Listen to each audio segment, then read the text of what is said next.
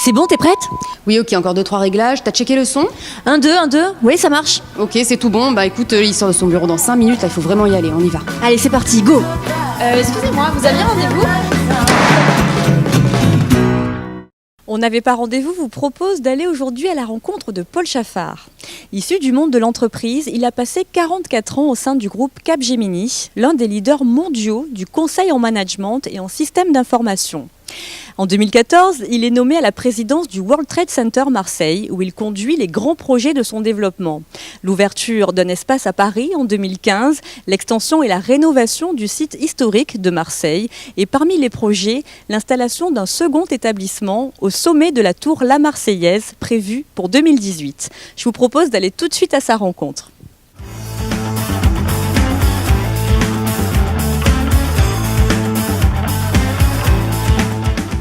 Paul Chaffard, bonjour, je vous surprends en train de travailler là? Oui, bonjour Alexandra, effectivement. Comment allez-vous? Très bien, je vous remercie. Alors dites-moi, le World Trade Center a subi un véritable lifting. Quels sont les changements notables? Alors d'abord, il a grandi, hein, il fait maintenant 2600 mètres carrés, il faisait à peine 2000 avant. Il a été totalement repensé à la fois en termes d'architecture, c'est-à-dire les grands drivers, c'était refaire rentrer la lumière dans ce lieu, donner un maximum de modernité, avoir des matériaux agréables, la lumière partout. Et puis au niveau de la partie congrès, c'est le dernier top de la technologie en termes d'audio et de visuel. Alors justement, pouvez-vous nous rappeler quelle est la vocation de ce lieu, le World Trade Center à Marseille? Alors le World Trade Center, il a été créé par nos aînés à l'époque, et c'était la première licence World Trade Center en France d'ailleurs, en 1979. Et la volonté, c'est d'avoir un outil à disposition des entreprises du territoire pour, d'une part, pouvoir domicilier leur entreprise, avoir des bureaux, des espaces de travail, ça c'est ce qui se trouve au 2e et au 3e étage. Et puis la deuxième activité, c'est un centre de congrès, de salles de réunion, de séminaires, au service des entreprises de la région et d'autres à travers le tourisme d'affaires. Et enfin, le troisième composant d'un World Trade Center, en tout cas de celui Marseille-Provence, c'est un club d'affaires, c'est le club World Trade Center Apex, qui est au service pour accompagner des entreprises qui veulent partir à l'international. Quel type d'entreprise fait appel à vous? Y a-t-il des secteurs d'activité qui se distinguent? Alors, nous faisons partie du bureau des congrès de Marseille et nous sommes finalement le 3e lieu de congrès. Après Chano, le Faro, c'est le World Trade Center. Après, les clients du centre d'affaires, eux, sont des entreprises vraiment très, très diverses. Certaines sont à dimension internationale, d'autres purement locales. Bon, bien sûr, les coworkers, qui sont plutôt des entreprises jeunes qui démarrent. Et au niveau du club d'affaires, il y a une entraide entre des gens, des grands groupes, à peu près 50% de grands groupes et d'ETI aident 50% de TPE-PME à partir à l'international, avec un accompagnement structuré, mais aussi, et c'est très apprécié, le coaching des aînés qui savent comment aller à l'international, etc.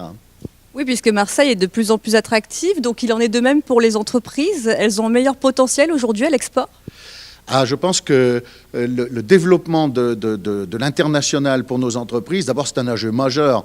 C'est là que les entreprises peuvent trouver des marchés en croissance. Il y a des marchés qui sont booming, on parle beaucoup de l'Afrique, hein, l'Afrique subsaharienne, etc. Mais pas seulement, enfin, il y a des pays traditionnels de proximité ou lointains avec lesquels les entreprises de la région travaillent historiquement et ont des capacités de développement.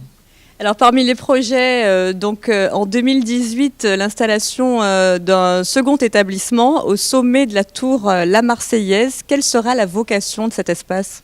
Ce qu'on veut faire au niveau de la tour La Marseillaise, c'est créer un deuxième établissement vraiment haut de gamme, c'est-à-dire qui s'adressera à des clientèles un peu plus lancées, je dirais, sur le plan de l'entreprise, un peu plus matures, ayant un peu plus de moyens, qui voudront s'acheter l'adresse World Trade Center Tour La Marseillaise, et c'est surtout un outil qu'on veut mettre à disposition de l'attractivité, c'est-à-dire pouvoir expliquer à des entreprises qui imaginent venir s'installer sur le territoire, eh bien, accueillir une première délégation, un premier directeur ou une première petite équipe, etc., les loger dans un service tout intégré, all inclusive, donc qui trouve les bureaux, les locaux, l'assurance, etc., l'électricité, le café, le thé, etc.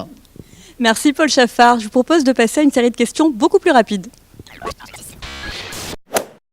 Tartine. Le Japon. La paix dans le monde. Le boléro de Ravel. Les tontons flingueurs. La persévérance. Tétu. À l'honnêteté. Le golf. Miami. Ah, une métropole rayonnante, attractive, une économie en plein boom et des relations pacifiées entre les diverses communautés.